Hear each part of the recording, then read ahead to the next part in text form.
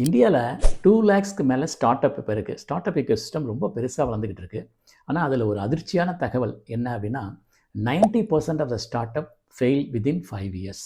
ஏன் முக்கியமான காரணம் அப்படின்னு பார்த்தா கேஷ் ரன் அவுட் ஆகிடுறாங்க. அப்படின்னா என்ன அப்படின்னா ஒரு ஸ்டார்ட் அப் ஆரம்பித்து முதல் மாதத்துலேயே அல்லது முதல் 3 மாதத்துலேயே நமக்கு இன்கம் வந்து எக்ஸ்பென்சஸோட கூட வராது. அந்த பிரேக் ஈவன் பாயிண்ட் வரைக்கும் 6 மாதம் ஆகலாம், 1 வருஷம் ஆகலாம். அது வரைக்கும் நமக்கு வந்து செலவுகள் தான் அதிகமாக இருக்கும், இன்கம் கம்மியாக இருக்கும். அப்போ அந்த செலவுகள் ஆகிற பணத்தை நமக்கு பிரேக் ஈவன் பாயிண்ட் வரைக்கும் எவ்வளோ வருதுங்கிறத கரெக்டாக கால்குலேட் பண்ணி அந்த இதுக்கு நம்ம ஏற்பாடு பண்ணால் தான் நம்ம பிஸ்னஸ் கண்டினியூ பண்ண முடியும். நிறைய பிஸ்னஸில் எங்கே மிஸ் பண்ணுறாங்க அப்படின்னா சேல்ஸை வந்து அஸ்யூம் பண்ணிக்கிறாங்க 100% கேஸ் சேல்ஸ்னு அப்படின்னு ஆகுறதே இல்லை. நீங்கள் ஒரு புது ப்ராடக்ட் கொண்டு போய் மார்க்கெட்டில் கொடுக்குறப்ப அவங்க ஃபஸ்ட்டு கிரெடிட் சேல்ஸில் தான் எடுப்பாங்க. ஸோ கிரெடிட் சேல்ஸ் வந்து அது 30 நாளைக்கு கொடுக்க வேண்டியிருக்கும், 60 நாளைக்கு வரும், 90 நாள் வரும்.